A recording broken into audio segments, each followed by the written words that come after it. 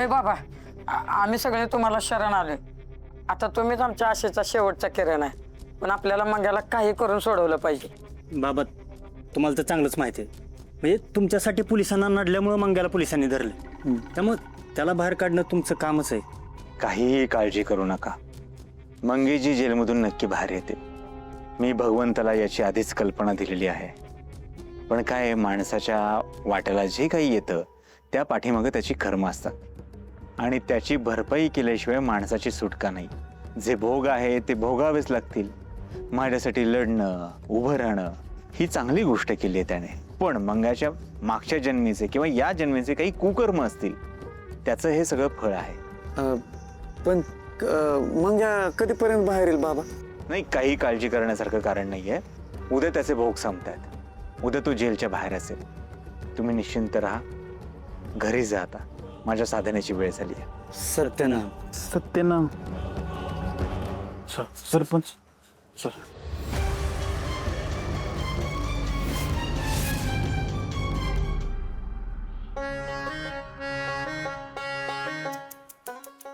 केवढी घाई जेवायची.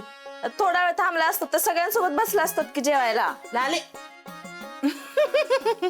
अगं बाई, माझ्यासाठी नाही वाढते. तुमच्यासाठी नाही वाढत आहे. मग सुधाकर भाऊजी तर अजून आले पण नाहीत. त्यांच्यासाठी कशाला वाढून ठेवताय? त्याच्यासाठी बी नाही. मग हौसासाठी वाढताय का? तिला मी वाढणारच होते आता. अगं तिच्यासाठी बी नाहीये.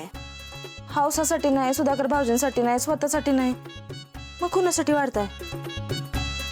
माझ्या गोपाळसाठी. माझ्या गोपाळसाठी? हा.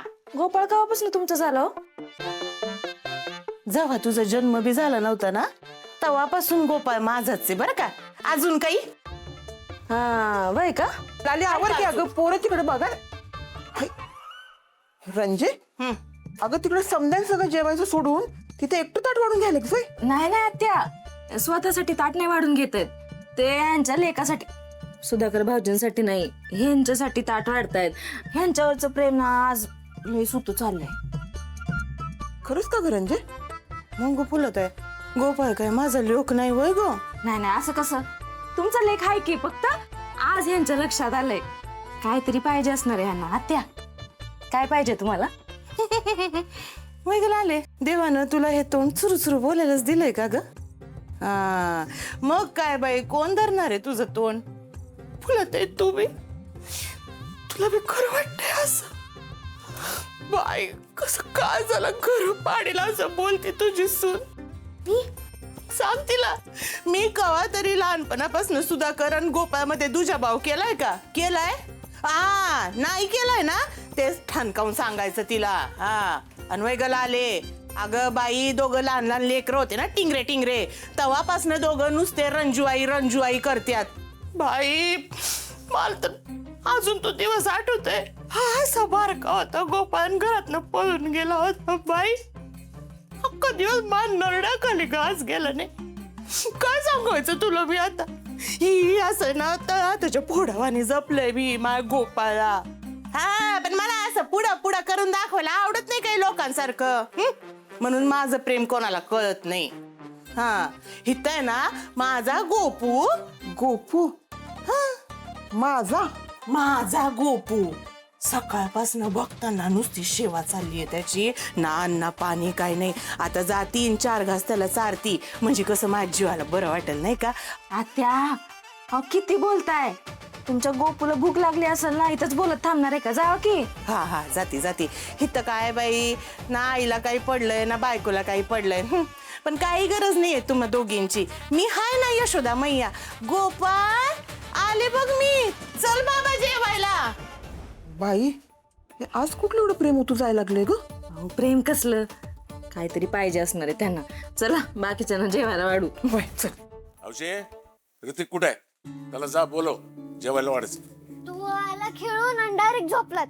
उठवायचा प्रयत्न केला, उठलाच नाही. लाली वहिनी, भूक लागली, जेवायला दे. आयो, तू माझ्यासाठी ताट आणलं. थांब आजी, मला चिमटा काढ. आई गो, खरे आय लय भूक लागली, दे दे. हानू का ग बस, तुझ्यासाठी नाही आणलंय, माझ्या गोपाळसाठी आणलंय.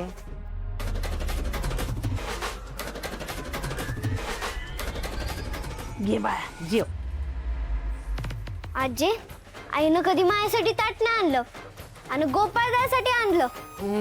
अगं तुझं राहू दे, पण त्या सुद्यासाठी कधी आणलं नाही. त्या फामट्यासाठी बघा आणतीये कशी. उणगी ए कुणाला बोलली का? उणगी बोललीये हावसाला. तुझे डोळे ना खेळायला जातात, दिसतं वय ग तुला? मी तर बाई काय मा गोपाळचे लाड करत आलीये.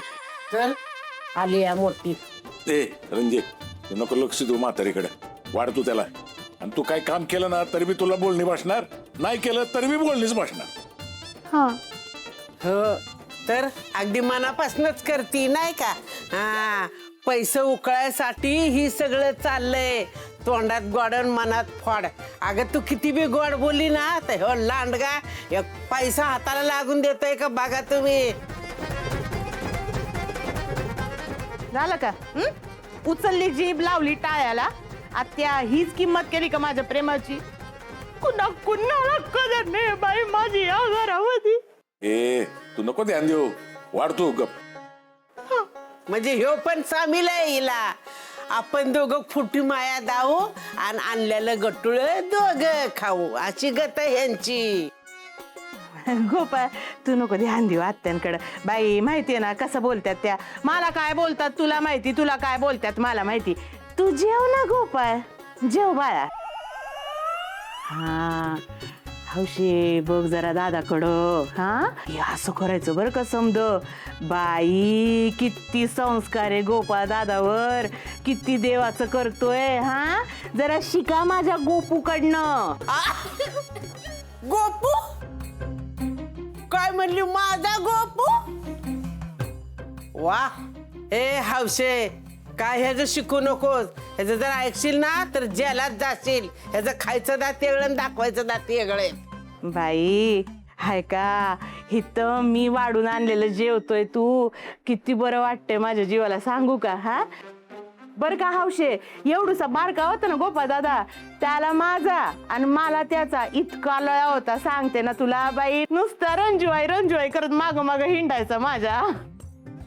काय सांगू तुला गोपाळ, तू घरामध्ये नव्हता. या 20 वर्षामध्ये कसं जगली मी माझं मला माहिती. बाई गेला ना घरात निघून, महिनाभर नुसते रडत होते, नुसते रडत होते बघ मी. हा कधी?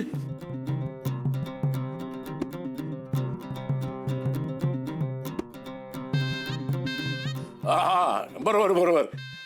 तू त्यावेळेला 8-10 वेळेला दवाखान्यात ऍडमिट बी झाली होतीस. हा ऍडमिट झाले होते मी. अहो नाही, तुम्हाला कदाचित आठवत नसेल, मला दवाखान्यात ऍडमिट केलं होतं, हिला नवा. नाही आठवत फुलात यायला. काय तुला काय वाढू बाळा? विचारतीस काय? दिवसभर काम करून दमला असल, चांगले 4-5 पोळे वाढ. हा दे दे. अगं बाई बाई, हे नको नको, मी ना गरम करून आणते चांगल्या तव्यावरच्या. मी एक काम करते, ह्या संपलं की मग गरम करून आणायला घे का. उडभर जेव बाई. बापा तू माझ्या पोटी जन्म घेतला, मला लय अभिमान वाटतो बघ. म्हणजे तसं तुला गावामध्ये आधीपासूनच मान आहे, पण आता तो तू त्यांचा देवच झालेला आहेस. मला खात्री आहे आपल्या देशमुख घराण्याचा मान आणि संपत्ती ऐश्वर्य पुन्हा तूच घेऊन येणार बघ घरात.